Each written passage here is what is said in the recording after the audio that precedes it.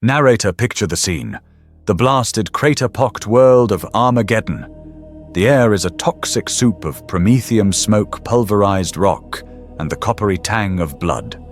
A Lehman Russ battle tank, a 7-ton beast of imperial steel and righteous fury, grinds forward over a carpet of mangled bodies, its sponson guns spitting death into the green tide that crashes against its hull. Its battle cannon swivels, searching for a worthy target in the unending sea of snarling, green-skinned monstrosities. It finds one, an orc, larger than most perhaps, but still just one orc. He is a mech boy, a greasy, cog-toothed artisan of violence. In his massive 3-fingered hands he hefts a weapon. To call it gun is an act of extreme generosity. It is a mockery of technology. A collection of rusted pipes, mismatched plates of scrap metal, and coils of wire that lead nowhere, all crudely welded and bolted together. There is no visible ammunition feed. The trigger mechanism appears to be a bent piece of rebar. By every known law of physics and engineering in the galaxy, this object is an inert piece of junk. It is a child's nonsensical drawing of a weapon given terrifying form. The mech boy grins, a gesture filled with more teeth than malice. He pulls the useless trigger, and the universe obliges. A deafening, impossible roar erupts from the junk heap. Not a crack or a bang, but a gut-wrenching whoa of sound and energy given physical form. A bolt of pure, crackling green force, jagged and unstable, leaps across the battlefield and strikes the Lehman Russ. It doesn't just penetrate the tank's adamantium armor, it tears it open like wet paper. The 70 tons of Imperial pride vanishes in a blossoming fireball of shrapnel and vaporized metal, a funeral pyre that momentarily illuminates the insane grin on the orc's face before he charges forward to find something else to kill. What just happened here, an observer from the Adeptus Mechanicus, had they witnessed the event and survived, would have their logic circuits fused into slag. Their data would show a weapon with no power source firing a projectile with no mass, violating a dozen fundamental principles of the physical realm. A psyker searching the roiling currents of the warp for a signature would find nothing. No sorcery, no demonic pact, no intricate ritual. Just a void. A baffling, infuriating emptiness where a miracle or an atrocity had just occurred. This is not magic. This is not technology. This is something else entirely. It is the raw, untamed, and utterly insane power of belief. A collective psychic force generated by the sheer, stubborn, belligerent conviction of a race so profoundly stupid that they cannot conceive of failure. The gun worked because the mech boy who built it, the orc who fired it, and every other orc in a 10-mile radius believed it would work. They didn't hope it would work. They didn't think it might work. They knew with a certainty as solid and unyielding as a planet that a big, loud, shooty-looking thing must shoot. And so it did. This is the power of the Wa, a gestalt psychic field, a psychic lubricant that greases the wheels of reality, allowing the impossible to become merely improbable and the improbable to become brutally, violently certain. It is not just a war cry. It is a force of nature, a hurricane of collective consciousness that can rewrite the laws of physics on a local scale, not through careful manipulation, but through a sheer deafening tantrum-like demand that reality conform to the orc's simple-minded view of the universe. In this chronicle, we will dissect this phenomenon. We will journey into the very heart of this madness, from its most comical and seemingly trivial manifestations to its most terrifying galaxy-altering consequences. We will explore how a species of fungal hooligans armed with little more than scrap metal and an unshakable confidence in their own brutality have weaponized the very act of belief. We will see how in the grim darkness of the 41st millennium, a lie shouted loud enough by enough greenskins does not just become accepted, it becomes the terrifying, undeniable truth. Narrator. Before we can comprehend the storm, we must first understand the hurricane's eye. Before we can analyze the War, we must first understand the Orc. Who are these creatures? What engine of biology and sociology drives their incredible psychic potential?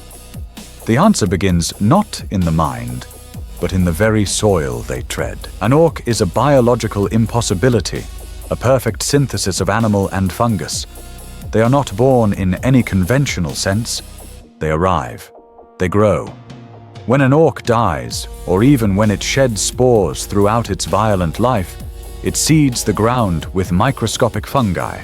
These spores gestate beneath the earth, forming a fungal ecosystem that first gives rise to squigs, simple, ravenous creatures that form the bedrock of the orcoid food chain, and then eventually to the orcs themselves. They emerge from the ground fully formed, hardwired with a rudimentary knowledge of their language, their role, and their one true purpose conflict. This is the first key. The orc is not a creature that adapted to war. It is a creature of war. Its entire existence is a self-perpetuating cycle of violence. They require no complex agricultural systems, no stable infrastructure for reproduction. Their very presence terraforms a planet into a breeding ground for more of their kind. Every battle, every death is an investment in future generations of warriors. They are a weapon that reloads itself, a sentient plague that thrives on the very destruction it causes. Their society, if one can call it that, is a brutally simple and ruthlessly efficient meritocracy of violence. There is no complex hierarchy, no political maneuvering, no inherited nobility. There is only one law: might is right. The biggest, strongest, and most belligerent orc leads the tribe. This is not a matter of debate. It is a physical reality.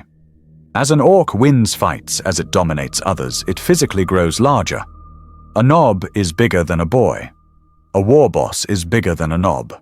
Their social standing is written upon their very bodies, a constant visible testament to their prowess. This social structure fosters a mindset of absolute, unwavering simplicity. An orc does not suffer from existential doubt. It does not waste time on complex ethical considerations or philosophical debate. Its world is binary: things are either for fighting and winning, or they are not worth considering. This mental simplicity is not a weakness. It is their greatest strength. It is the fertile soil in which the seeds of their psychic power can grow untroubled by the weeds of logic, skepticism, or nuance. An orc believes a rusty truck will work because the concept that it won't work is an unnecessary complication. A human engineer sees 1,000 points of potential failure. An orc sees a machine that is supposed to go forward and make a loud noise, and this absolute, unshakable, simple-minded conviction is the spark that lights the fire of the War. They are a race without an ounce of self-doubt, and in that vacuum, their belief becomes a creative and destructive force. Narrator. The orc is not an accident of evolution. This perfect self-replicating engine of war is too brutally efficient, too flawlessly designed to be a mere product of natural selection. To find their true origin, we must cast our gaze back into the deepest, darkest abyss of galactic history, 60 million years before the rise of mankind, to a conflict that tore the fabric of reality asunder, the war in heaven. It was a war of gods. On one side stood the Old Ones, the first sentient species in the galaxy, masters of genetics, psychic power, and planetary engineering. On the other, the Necronter, a bitter, short-lived race consumed by a cancerous hatred of all life, who made a terrible pact with the star-devouring Satan and traded their mortal flesh for immortal bodies of living metal. They became the Necrons. The resulting conflict was waged on a scale unimaginable to the current inhabitants of the galaxy. Stars were extinguished, entire species were created and annihilated as living weapons, and the very laws of physics were bent and broken. Faced with the silent, soulless, and implacable legions of the Necrons, the Old Ones realized they needed an army unlike any other. They needed a warrior race that could not only match the Necrons' technological supremacy, but could also thrive in the harshest conditions, multiply at an astonishing rate, and fight with a ferocity born of instinct. They turned to their mastery of the biological sciences, and in their desperation they created their ultimate weapon. They were called the Krork. The Krork were the progenitors of the modern orc, but to compare the two is like comparing a gleaming broadsword to a shard of rusted iron. The Krork were massive beings standing 12 meters tall, clad in impossibly advanced powered armor, and possessing a level of intelligence and strategic acumen that would rival that of a Primarch. They were the perfect soldiers genetically encoded with advanced technological knowledge and an innate understanding of warfare. But the Old Ones gave them one final crucial gift. They imbued the Krork with a deep, resonant connection to the psychic energies of the galaxy, a controlled, focused version of what would later become the War. This psychic link was a feature, not a bug. It allowed them to subconsciously manipulate reality on a small scale, ensuring their weapons always worked. Their machines were always reliable, and their morale was always unbreakable. It was a tactical advantage, a subtle thumb on the scales of probability. But the Old Ones lost. Devastated by the Necrons and the horrific new threats they had accidentally unleashed upon the galaxy, the psychic plagues known as the Enslavers, their civilization collapsed into dust and memory. Without the guiding hand of their creators, the Krork were left to fend for themselves. Over millions of years of galactic entropy and endless pointless warfare, they began to devolve. Their sophisticated intellect eroded, their advanced technology was lost to superstition, and their society crumbled from a disciplined legion into a collection of warring, savage tribes. They became the Orcs. Yet the core programming, the psychic feature the Old Ones had gifted them, remained. It was no longer focused or subtle. It became a wild, untamed, chaotic force, driven not by strategy and intellect, but by the raw, primal instincts of the devolved creatures they had become. The Orcs are not a failed experiment. They are a weapon left on fire at will for 60 million years, its ancient and sophisticated targeting systems long since rotted away, leaving only the trigger. Narrator. We have established the nature of the Orc and their origin as a living weapon. Now we must delve into the mechanism of their power, the engine that drives their impossible feats. This is the War energy field, a psychic phenomenon, so alien and counterintuitive that it defies conventional analysis. It is best understood not as a tool that Orcs wield, but as an atmosphere they generate, an environment they create simply by existing in large numbers. Let us be precise. The War is a Gestalt psychic field. Gestalt is the key term here, meaning a unified whole. The field is not generated by any single Orc, but by the collective presence, and crucially the collective emotional state of the greenskin race. The more Orcs gather in one place, and the more agitated, excited, and violent they become, the stronger and denser this field grows. It is a psychic feedback loop. Fighting generates war energy, and war energy makes the Orcs better at fighting, which in turn makes them more excited, generating even more energy. But what does this field actually do? This is where the most common misconception arises. The way does not allow Orcs to create something from nothing. An Orc cannot simply believe a rock is a gun and make it fire. That would be a violation of causality, a true rewriting of reality. The power of the Warg is both more subtle and in some ways more insidious. It does not rewrite the laws of physics. It aggressively reinterprets them. The most accurate analogy posited by a radical magos of the Adeptus Mechanicus before his summary execution for heresy is that the War field acts as a lubricant for the wheels of reality. Imagine the universe as a vast, complex machine. Most of the time, its gears and levers operate with predictable, ruthless efficiency. But there are always tiny imperfections, moments of probability, chances of failure or success. A machine can jam. A warrior can miss his shot. An engine can misfire. The War field seeps into these cracks of improbability. It is a psychic oil that smooths over the rough edges of logic. Consider an Orc shooter.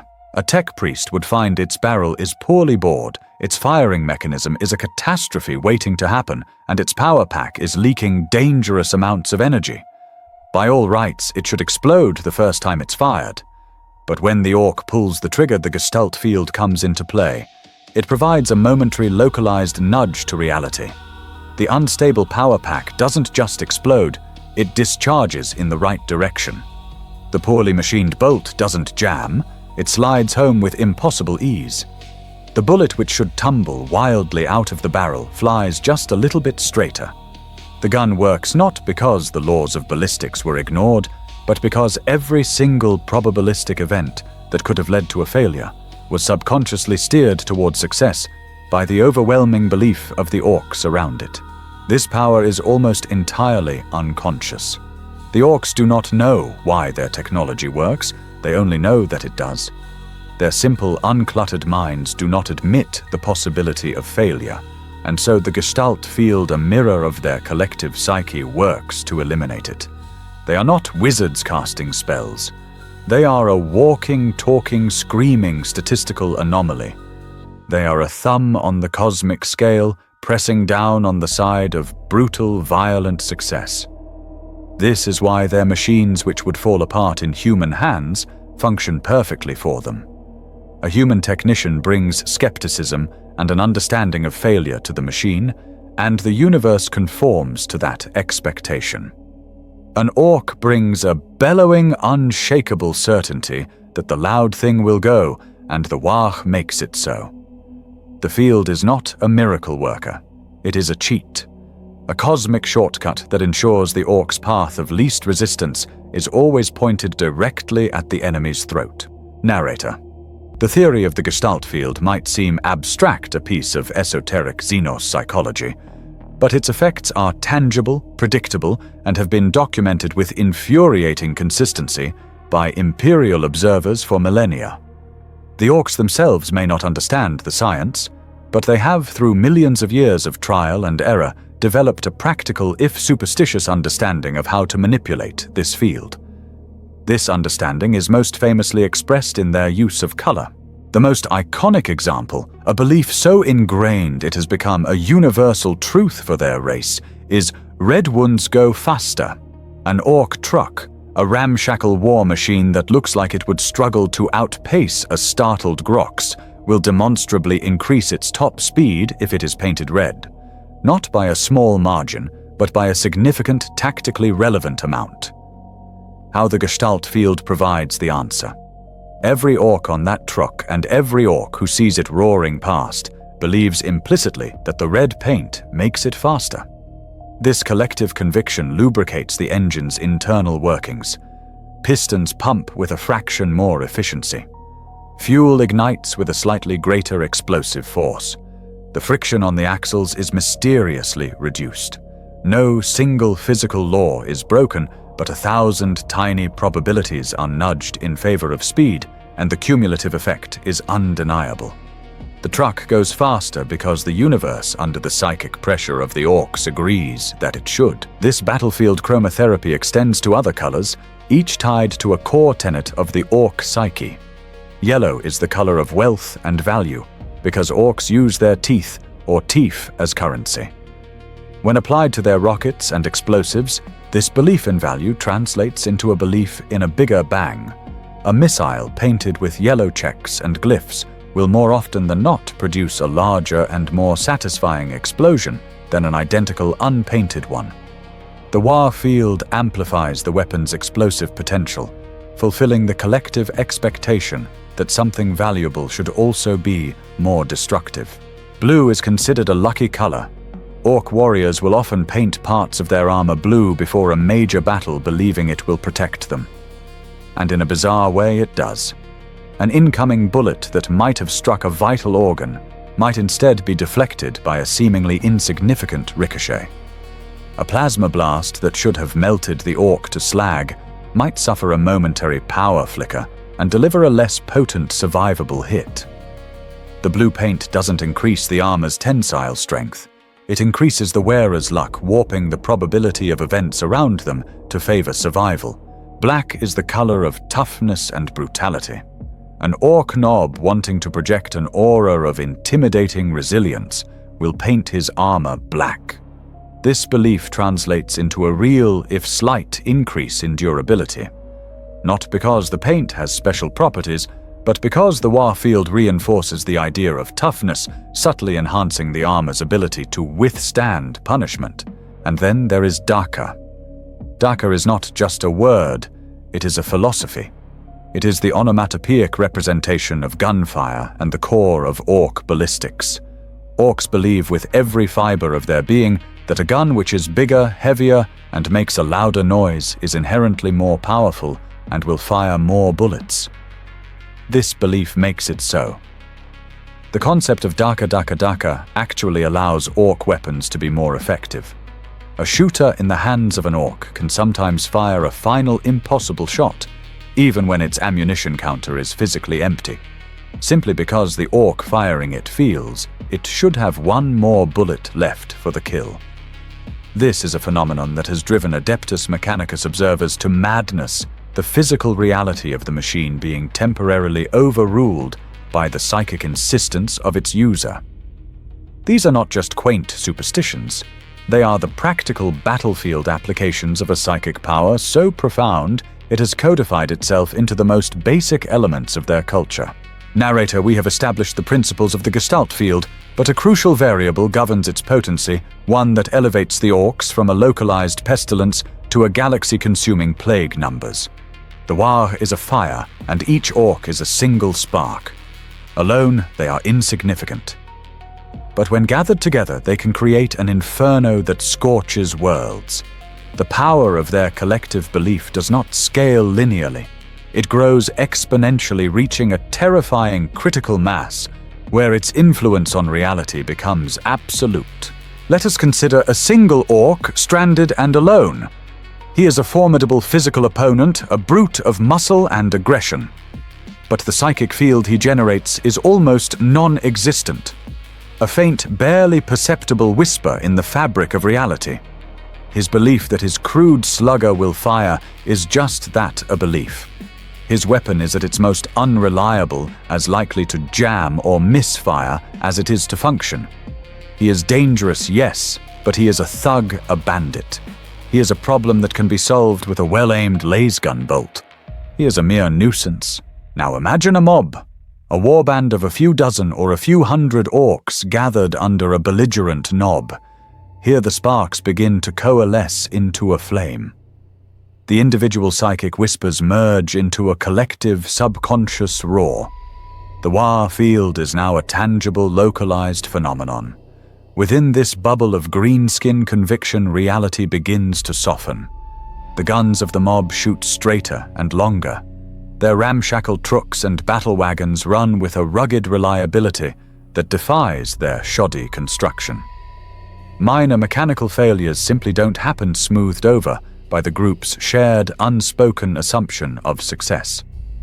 This is the most common manifestation of the orc threat, a raiding party that is significantly more effective than the sum of its parts. They are a formidable military challenge, a threat that can conquer outposts and overwhelm planetary defense forces. But this is nothing compared to the storm. When a war boss, a truly immense and dominant orc, rises to power, he becomes a psychic beacon, a gravitational center for his entire race. His sheer presence and overwhelming self-confidence act as an amplifier for the war energy of every orc under his command.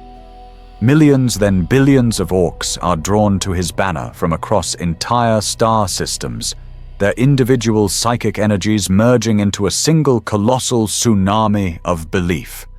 This is a true Warg, a migratory crusade of pure destruction. At this stage, the Gestalt field is no longer a subtle lubricant. It is a sledgehammer actively beating reality into submission.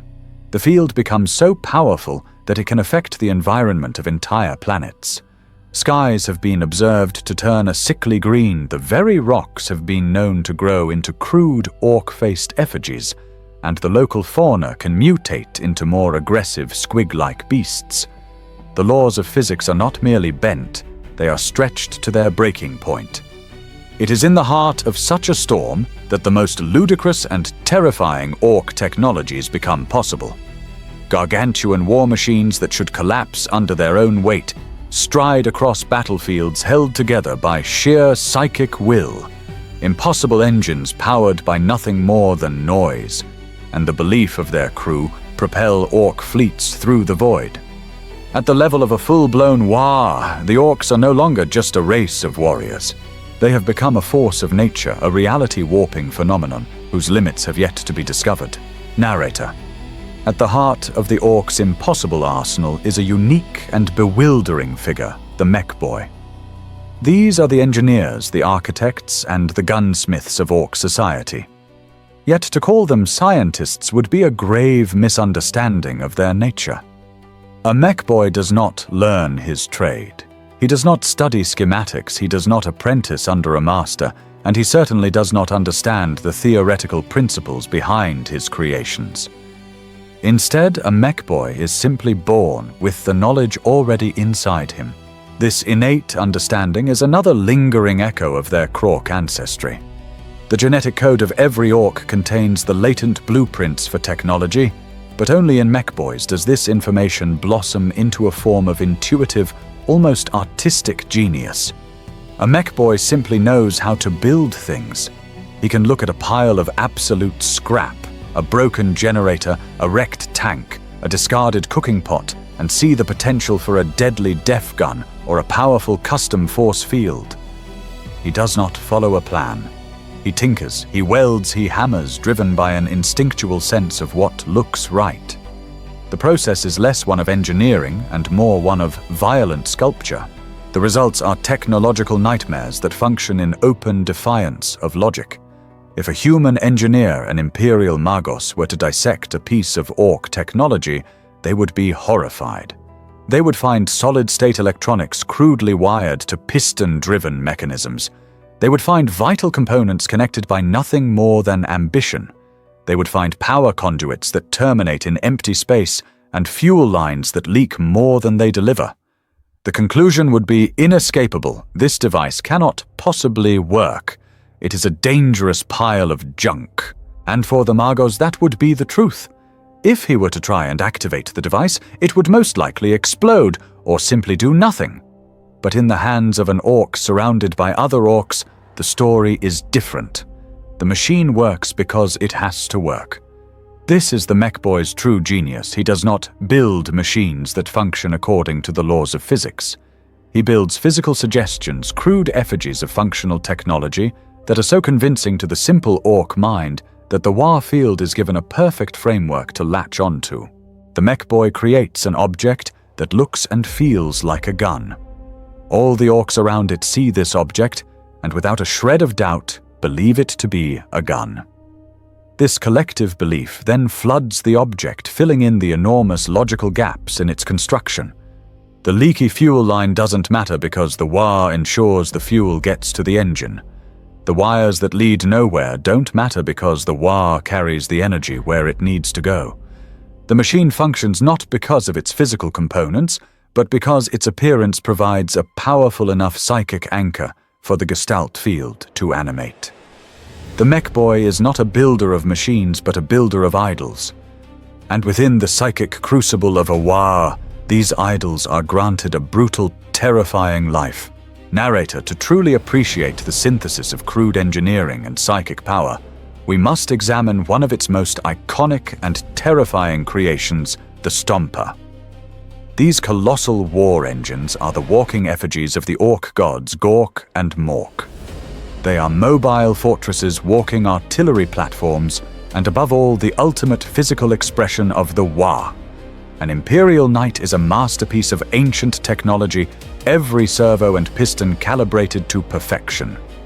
A Stomper is a religious effigy of a junkyard given the power of locomotion through sheer belligerent force of will. Let us analyze its structure. At first glance, a Stomper appears to be a haphazard collection of salvaged ship hulls, shattered fortress walls, and the remains of lesser war machines all welded together into the crude, bipedal shape of an orc.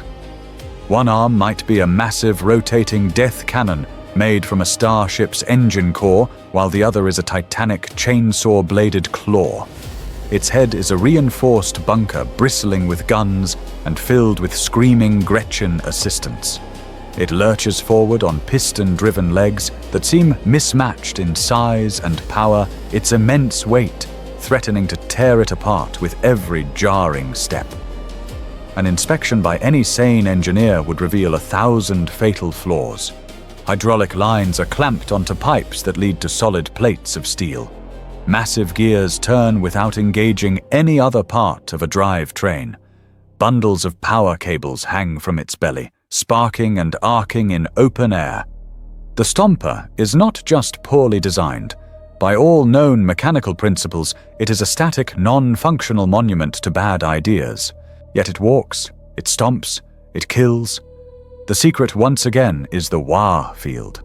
The Stomper is designed to be a focal point for this energy. It is not merely a machine, it is a mobile temple. The constant deafening roar of its engines, the percussive boom of its cannons, the chaotic screaming of the dozens of orcs that crew it, all of this is a symphony of violence that generates a colossal amount of psychic energy which the Stomper then feeds upon. This field is the ghost in the machine. It is the unseen force that holds the mismatched armor plates together when they should be torn asunder by stress. It is the phantom current that leaps across the unconnected wires, delivering power where it is needed. It is the supernatural gyroscope that keeps the top-heavy behemoth balanced as it crashes through enemy lines. The Stomper moves because the hundreds of orcs in and around it believe with the frantic, desperate conviction of a religious zealot that the great metal orc must walk. Over time, this psychic saturation has a strange cumulative effect. The largest and most ancient Stompers, those that have survived centuries of constant warfare, often appear to develop a rudimentary consciousness, a machine spirit born of pure belief. The orcs who crew it will give it a name, Da Green Death, or Gork's Fist, and will speak of it as a living thing. They will insist that it is a lucky or angry machine. And the Stomper, steeped in the War energy of generations of believers, begins to conform to these expectations. A lucky Stomper will survive impossible amounts of enemy fire. An angry one will seem to fight with a greater, more vindictive ferocity. The machine is no longer just an object. It has become a character in their violent saga, its personality a direct reflection of the psychic energy that animates its scrap iron shell. Narrator. If the Stomper represents the brute force application of war energy, then the shock attack gun represents its most deranged and dangerously precise form. This weapon pushes the boundaries of orc technology from the merely impossible to the suicidally reckless. It is a device that tears a hole in the fabric of reality, a testament to the fact that for an orc mechboy, the line between genius and catastrophic insanity is not just blurry. It does not exist. Let us examine the weapon's theoretical operating principle, a concept so profoundly dangerous that any sanctioned scientist of the Imperium would be institutionalized for even suggesting it. The shock attack gun is in essence a localized warp drive. It is designed to generate a focused wormhole, a tunnel through the raw psychic hellscape of the Imperium. This tunnel connects the gun's muzzle to a designated target point on the battlefield. The weapon's ammunition is then fired through this warp tunnel. And what ammunition do the orcs choose for such a terrifying piece of trans-dimensional technology? High explosive shells, plasma charges? No. They use snotlings, tiny, terrified, green-skinned creatures who are herded into the weapon's firing chamber. The mechboy operator, known as a mechaniac, points the weapon and fires. The gun's reactor creates a terrifying surge of energy, ripping open a shimmering, unstable portal. A powerful vacuum sucks the screaming snotlings from the firing chamber and launches them on a terrifying non-Euclidean journey through the warp, rematerializing them an instant later, often inside the target itself. A squad of snotlings driven mad by their brief exposure to the Imperium, suddenly appearing inside the cockpit of a battle tank or the command center of a bunker, can have a devastatingly disruptive effect. This entire process is a catalogue of cosmic horrors. The act of opening an uncontrolled rift into the warp is one of the most perilous acts imaginable. The energies of the Imperium are not passive. They are sentient, malignant, and hungry. Such a rift should by all rights immediately collapse, vaporize the user, or serve as a gateway for a ravenous demonic entity to pour through into real space. It is a lit stick of dynamite held over a keg of psychic gunpowder. So why does it work? Why is the operator not immediately devoured by the horrors he has unleashed?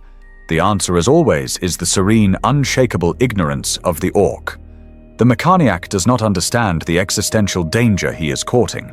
He does not know about the chaos gods or the demons that lurk behind the veil. He simply sees a tube that makes snotlings disappear from one place and reappear in another.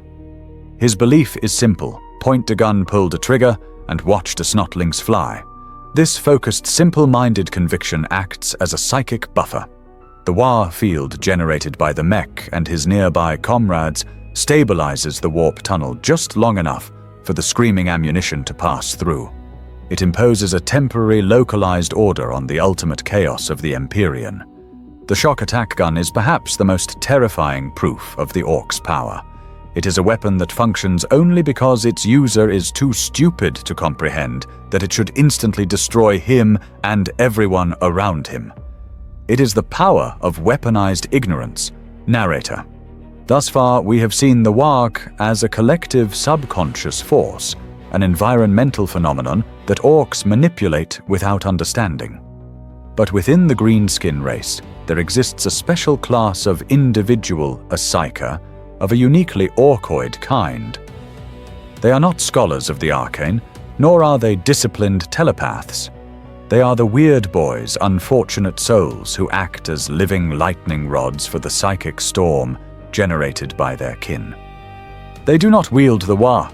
They are conduits, and more often than not, the conduits are faulty. A weird boy does not generate his own psychic energy. His mind is a psychic vacuum, a natural sink for the raw power that bleeds from every other orc in his vicinity. He is a living capacitor. As the orcs around him get more numerous, more excited, more violent, the warfield intensifies, and the weird boy's brain soaks up this ambient energy like a sponge. He has no choice in the matter. The energy flows into him, building and building a tidal wave of raw green power with nowhere to go. This process is not pleasant. It is agonizing. Imagine the pressure. A constant building psychic migraine of cosmic proportions. The weird boy can feel the collective rage, excitement, and bloodlust of thousands of his brethren concentrating into a single, unbearable point inside his own skull. His eyes glow with captured energy, his teeth chatter, and his body trembles as if in the grip of a seizure. He is a psychic dam straining against a reservoir of pure war that threatens to burst at any moment. And if it does not find a release, the end is as predictable as it is messy. The weird boy's head will simply explode, unleashing the pent-up energy in a devastating, uncontrolled psychic shockwave. This is not a metaphor. It is a common workplace hazard for his kind. Because of this, a weird boy is a ticking time bomb, a danger to everyone and everything around him. His fellow orcs, while not understanding the specifics, are instinctively aware of this. They regard weird boys with a mixture of awe and superstitious fear, often forcing them to stay at a distance until their power is needed. The power the weird boy unleashes is almost never under his precise control. He is less of a psychic marksman and more of a leaky faucet, spewing raw, untamed power in the general direction of his choosing. The release is a volcanic eruption, not a controlled detonation. When the pressure becomes too much, he simply opens his mouth and screams, and the Wach does the rest. This makes him a terrifyingly unpredictable weapon on the battlefield, a living artillery piece that could at any moment misfire with catastrophic consequences for its own side. He is the ultimate expression of the orc psyche, immensely powerful, utterly chaotic and a danger to himself and others. Narrator, when a weird boy finally succumbs to the pressure and unleashes the War energy coiled within his brain, the results are some of the most spectacular and brutally effective psychic powers in the galaxy. These are not subtle telepathic suggestions or elegant displays of pyromancy. They are crude, direct, and devastatingly effective applications of brute psychic force, manifestations of the Orc's most basic desires on the battlefield. Perhaps the most tactically significant of these abilities is Da Jump. An Orc boy stuck in a firefight far from the enemy has only one thought dominating his simple mind: I should be over there crumping him. When a weird boy is nearby absorbing this collective impatient desire from an entire mob of Orcs, he can channel it into a singular reality-bending act. With a great guttural shout, the weird boy opens a temporary rift in space-time, and he and the entire mob of boys around him are instantaneously teleported across the battlefield, rematerializing in a flash of green light and violent intent right in the heart of the enemy's lines. This is not a precise or graceful maneuver. It is a crude psychic shotgun blast of teleportation. Orcs can arrive facing the wrong way, fused into bulkheads, or occasionally 10,000 feet in the air. But when it works, it is the ultimate expression of an Orc's desire to get into the fight as quickly as possible. An even more direct manifestation of Orc belligerence is what they call the warpath. The weird boy channels the collective fury of the War and projects it outward, psychically stoking the aggression of his comrades into an unstoppable frenzy. Orcs caught in this wave of energy become even stronger, faster, and more heedless of injury than they already are, charging forward in a nearly unbreakable tide of green muscle and blind rage. But the ultimate expression of a weird boy's power, the magnum opus of Warg energy, is the summoning of the Foot of Gork, or possibly Mork. When the battle reaches its zenith and the psychic energy is at its most potent, a weird boy can tap into the deepest archetypes of the Orc racial consciousness. He becomes a direct conduit to their savage gods. With a scream that can tear the sky, he calls upon Gork or Mork to personally step into the fray. And the universe responds. A colossal shimmering green foot the size of a hab block, composed of pure War energy, descends from the heavens and stomps down upon the enemy with divine, indiscriminate force. Tanks are flattened into scrap, fortifications are reduced to craters, and entire squads of infantry are simply erased. Is a literal god actually intervening, or is it merely the collective belief of billions of Orcs that a giant foot should appear and crush their enemies given form by the weird boy in the 41st millennium? The distinction is meaningless. The result is the same absolute, brutal, and divinely comical annihilation. Narrator: we have witnessed the War bend physics, animate machines, and grant psychic powers. Now we journey to the ultimate conclusion of this phenomenon, to a truth so profound it shapes the very metaphysics of the galaxy. The power of Orc belief does not stop at the boundaries of the material universe. It bleeds into the Imperium, the great and terrible psychic ocean known as the Warp. And there it has given birth to gods. The Warp is a realm of pure energy, a mirror that reflects the emotions and consciousness of every sentient being in the galaxy. The complex, subtle emotions of humanity and the Eldari have given rise to intricate pantheons and the terrifying, seductive forces of the Chaos Gods.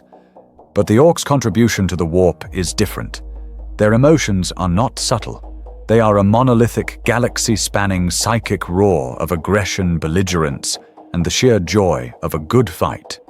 This colossal psychic signal does not create whispers or complex entities.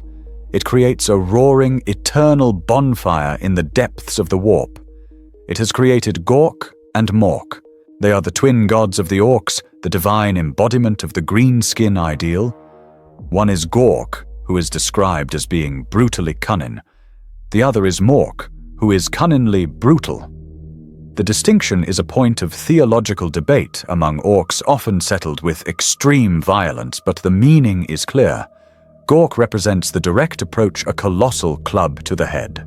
Mork represents the less direct, but no less violent approach, a sucker punch with a brick. They are the twin faces of the orc way of war, embodying both mindless ferocity and low cunning.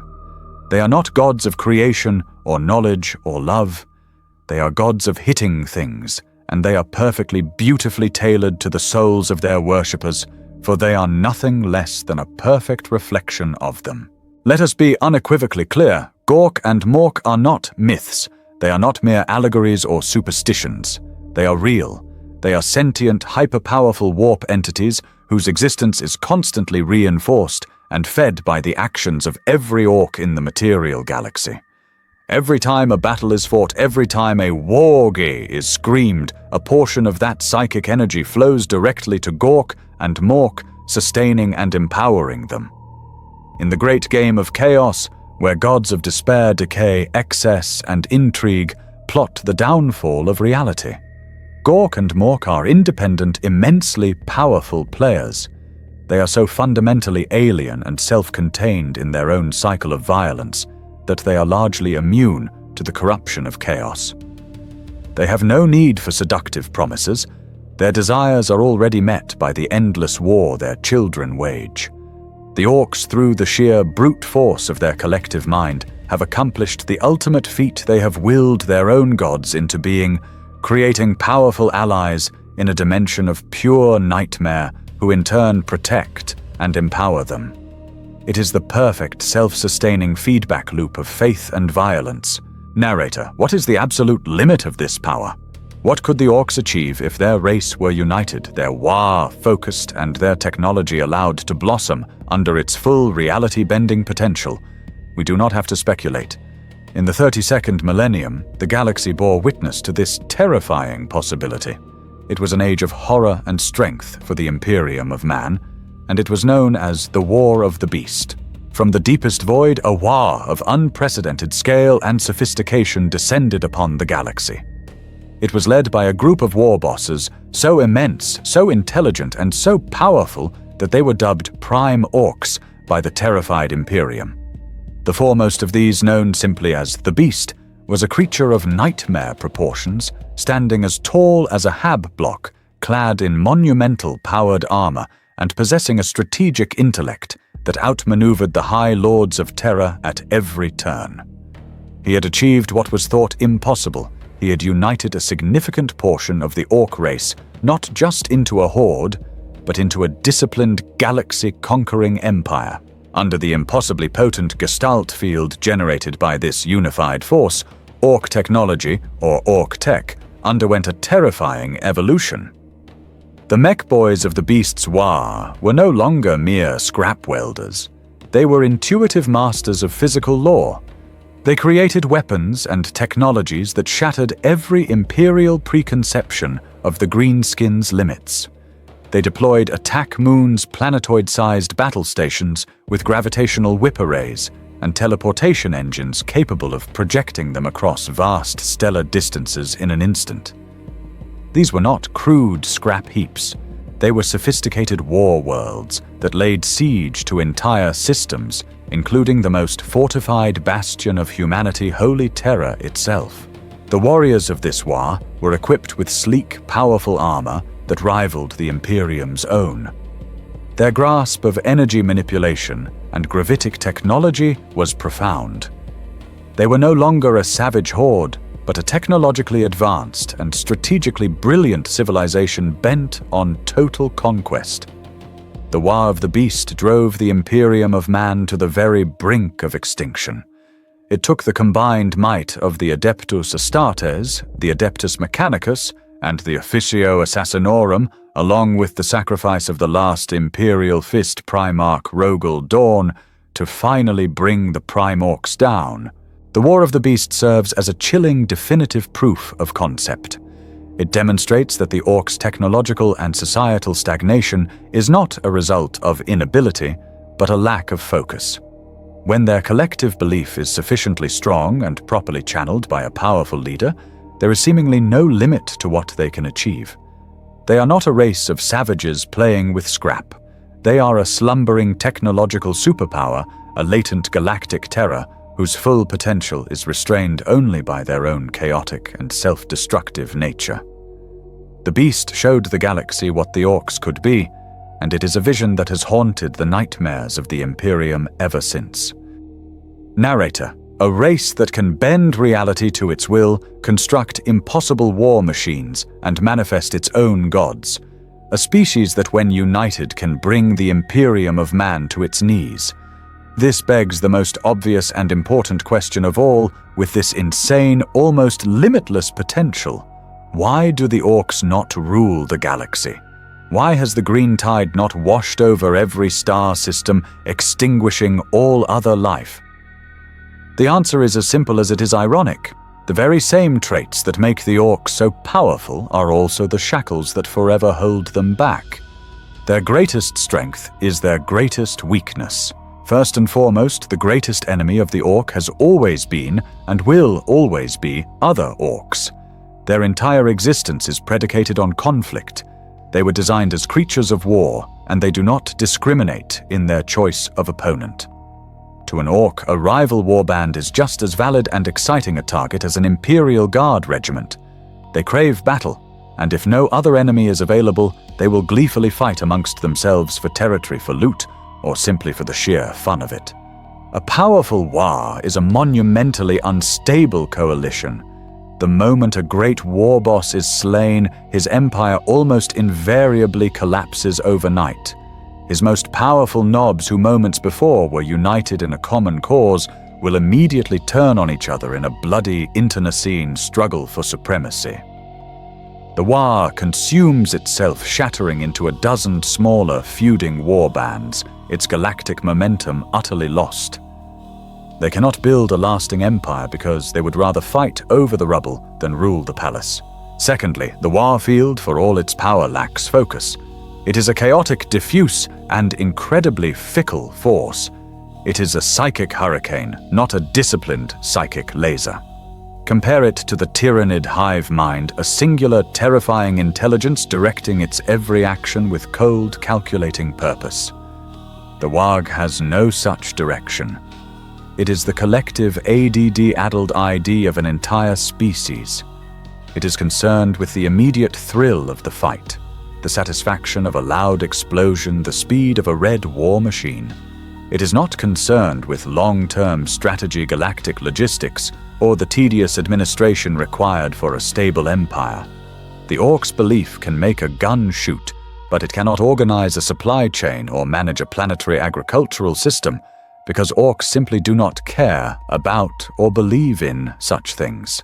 Finally, a truly galaxy-threatening war is not a spontaneous event. It requires a catalyst, a spark, to ignite the galactic powder keg. That spark is a once-in-a-generation war boss, a figure like the Beast or the mighty Gazgkul Mag Uruk Thraka.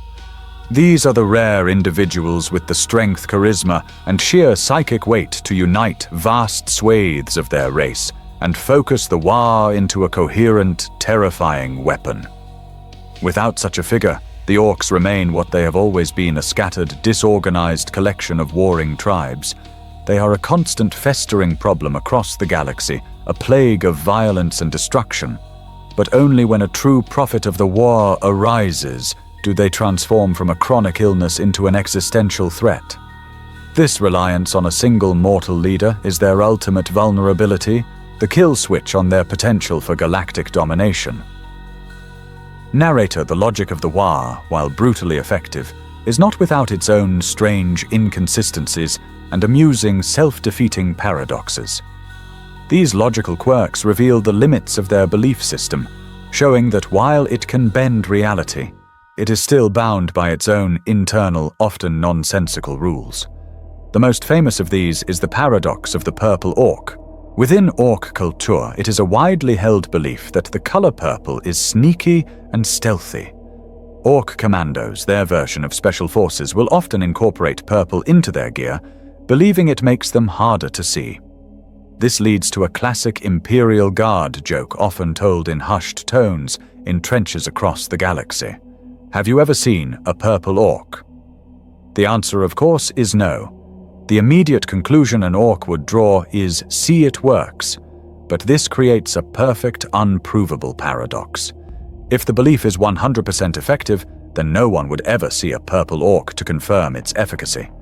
The very evidence of its success is the complete absence of any evidence at all.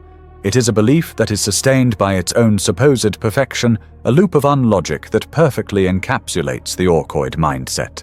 This raises a fascinating metaphysical question. Does the War require an observer?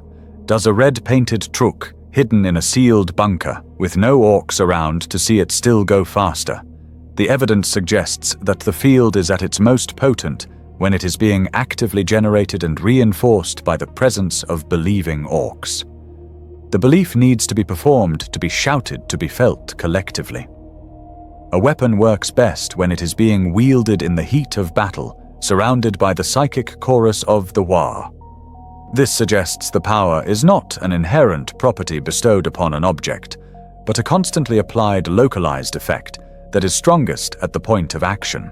Furthermore, what happens when orc beliefs contradict each other? If one mob of orcs believes their blue-painted war machine is the luckiest thing in the galaxy, and another mob believes their yellow-painted rockets can destroy anything, what happens when that rocket is fired at that machine? The result is a chaotic clash of probabilities. Perhaps the lucky machine suffers a glancing blow from the extra explodey rocket that would have obliterated a lesser vehicle. The War resolves this conflict not with clean logic, but with messy, unpredictable, and invariably violent outcomes. The belief system is not a coherent, unified theory of everything. It is a messy, overlapping patchwork of different, powerful superstitions, all shouting to be heard at once.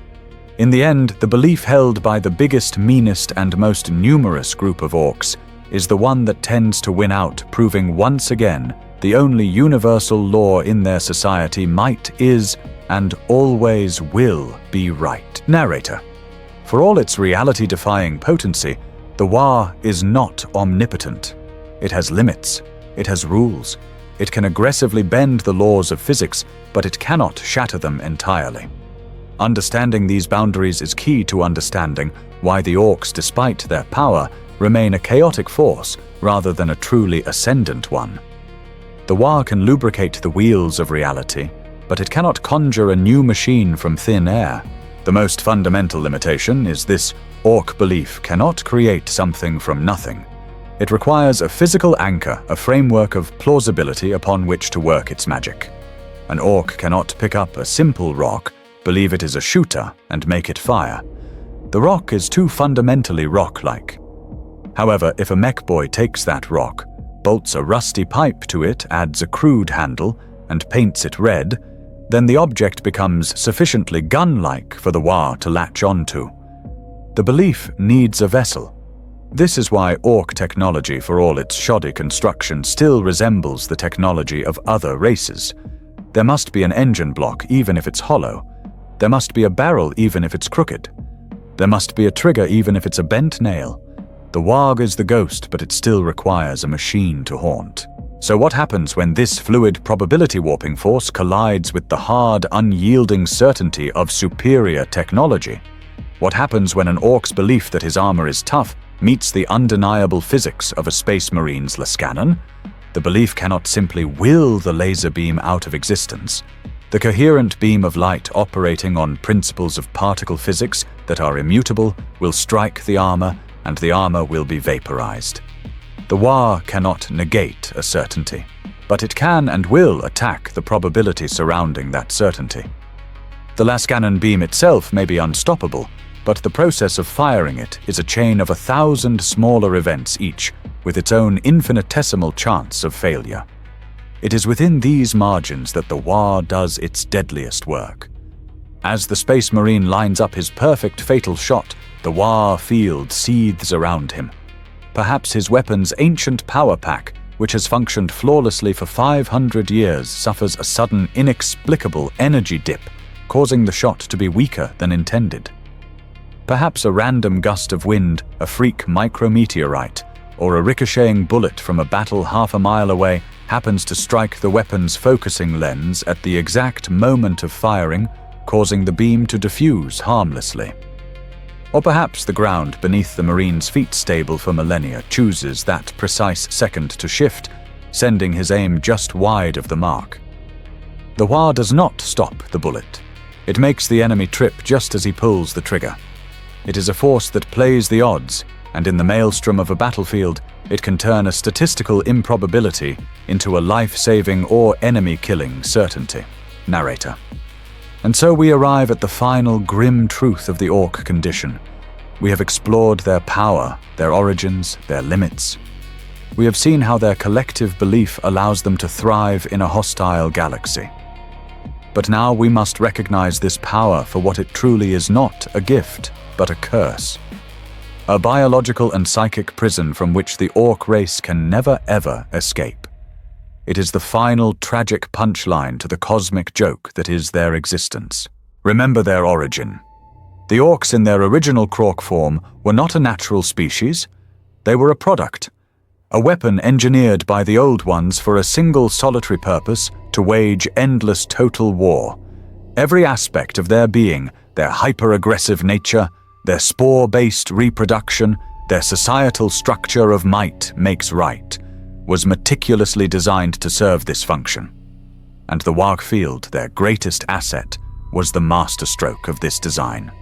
It is a psychic engine that ensures they will always be perfectly equipped for battle, that their technology will always serve the needs of conflict, and that their minds will never be troubled by any thought that does not in some way lead to a good fight.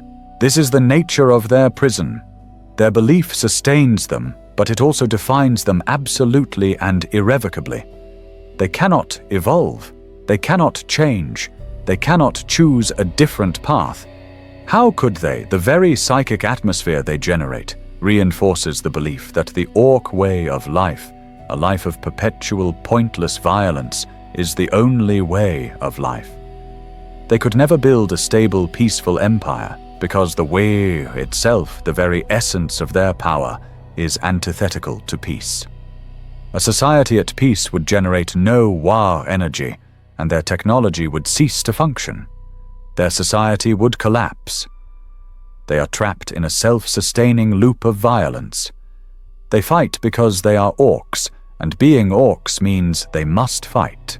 They are the Old Ones' most terrible and tragic legacy. A living weapon that has outlasted its creators, and their ancient war now left to wander the galaxy, fulfilling its primary function with brutal, mindless efficiency. They are a force of nature, a biological forest fire that can never be extinguished because its very embers seed the ground for new growth. Their incredible power is not a tool for them to shape their own destiny. It is their destiny.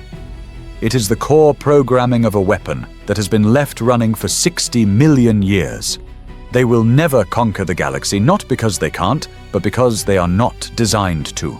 They are designed to fight, to tear down, to destroy, and in this, they are a terrifying, unparalleled success.